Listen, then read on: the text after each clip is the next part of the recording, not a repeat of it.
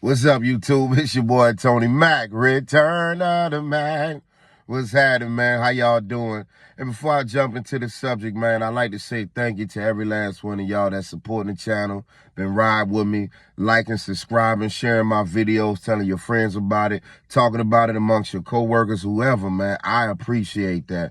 Just want to say thank you, thank you, thank you. Because I am a small YouTuber, and the only way we grow is if y'all let them know, and that's how y'all do it, by liking, subscribing, and sharing the channel, so I do appreciate that. Keeping the thumbs up on the video, keep them out there in rotation. With that being said, y'all, I wanted to talk to y'all about the Deion Sanders controversy, or I don't know, maybe the hate that people, the unnecessary hate they giving him, or maybe, you know what I'm saying, it just put me in a position of wondering why. Like, what's their real beef with Deion Sanders? Or do they really fear that he about to tear up the NCAA football, college football, you know what I mean? That's what it really got me thinking, y'all. It really got me thinking that. You know what I'm saying? Shout out to Coach Prime. Shout out to Colorado on y'all victory over Nebraska. Y'all did y'all thing, winning there. They was talking that trash from Lee Corso to the little dude that would be on First Take with Stephen A. Smith. I don't even know his name. It's not even important enough to know. He was just, I'm going for Nebraska. Nebraska, Nebraska. He was just so happy just because you want to see Deion lose. And it's like, why? You know? And then there's some people on the other side who like, well, he left the HBCUs hanging and, you know, look what he did with Jackson State. It was all employed to get him really to D1 schools and all that stuff and, you know, speculation. But so what? What if Deion really always wanted to be a D1 coach because he know that's where the majority of black kids are going to probably go, especially the ones with talent, is D1 schools. And he feel like maybe the D1 schools should have more coaches that look like the players. Maybe that was that. I don't know. You know what I'm saying? But what I do know, once Deion Sanders jumped into coaching college football, you heard me? From the HBCUs all the way up to D1, everybody's been making more money. Jackson State made more money under Deion Sanders coaching than they probably made under anybody's coaching. And I don't have that number to be factually.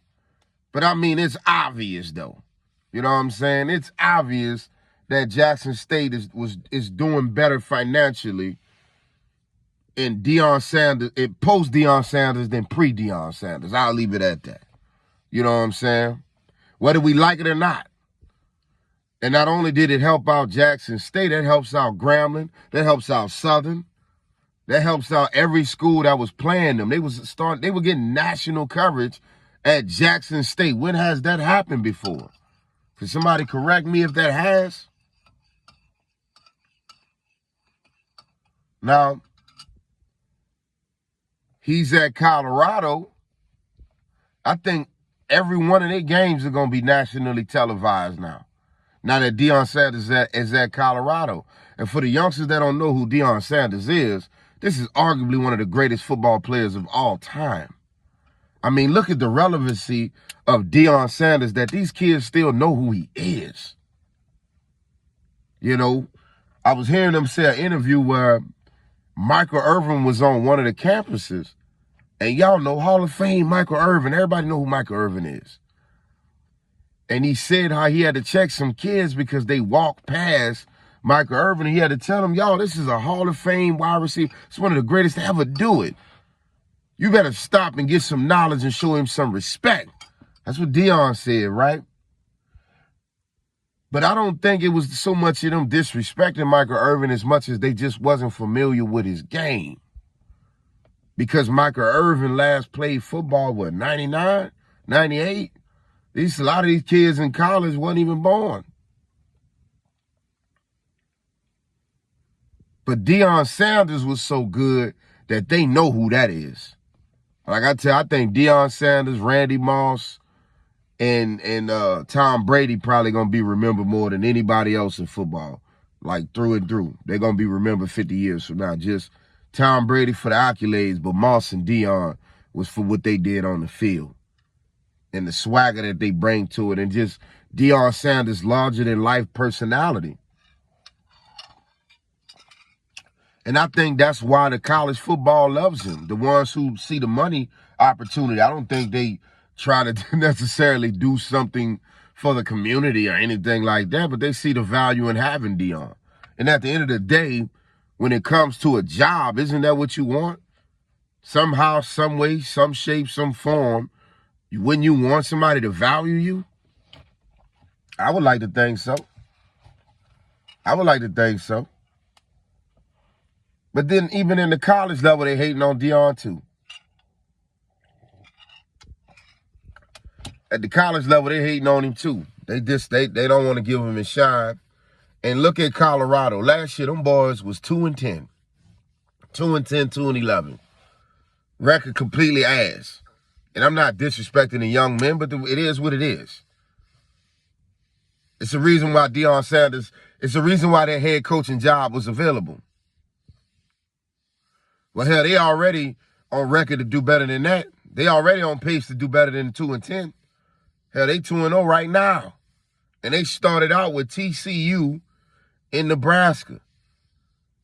Now, keep in mind, I believe that they nationally televised in Colorado to see Deion lose. I think they predicting him to go like 4-8, 4-9 or something like that in college football.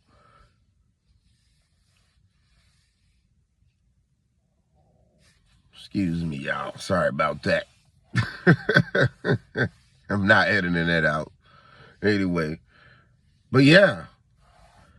3-12, 4-9 is what I'm sorry, not 3-12. 3-10, 3-9, 4-8, 4-9. That's what they want him to go in college, y'all.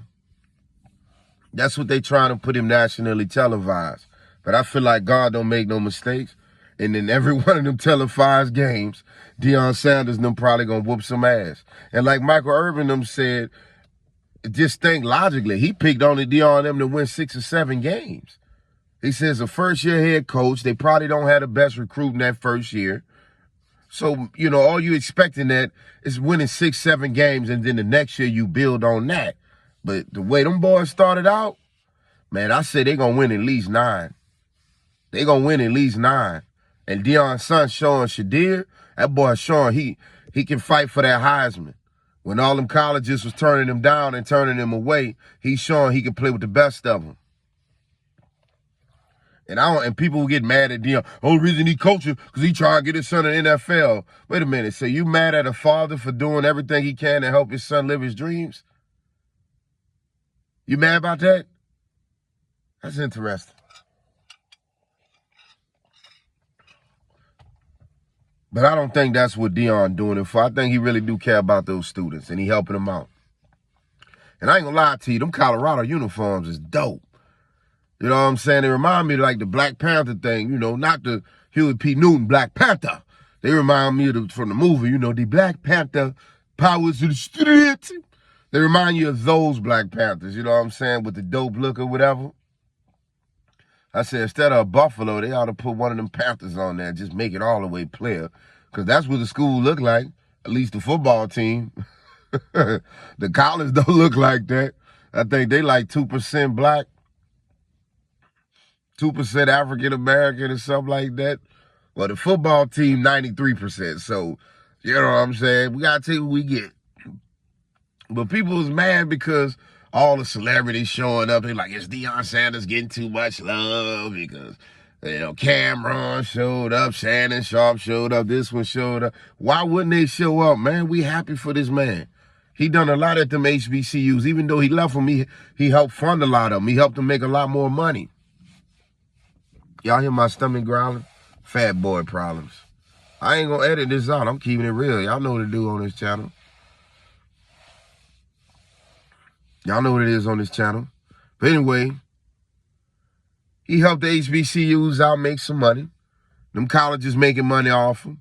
Now we at an era where these kids can get paid with them NIL deals. I don't see no problem with it. And here's the thing that they shocked about. Them boys is winning. At the end of the day, they mad at them boys is winning, man. Anyway, y'all, Tony Mack, Thank y'all for tuning in to you, boy. Please like, subscribe, share the video, support the channel, tell your friends about it. If y'all like what we talk about, y'all feel like having the truth being pushed out there instead of the fake talk that y'all always have to see on television, y'all push this video, help push the channel for your boy. I appreciate it and much love. Anyway, Tony Mack, where it's always real, but it's always love. And y'all know we never practice hate, just peace.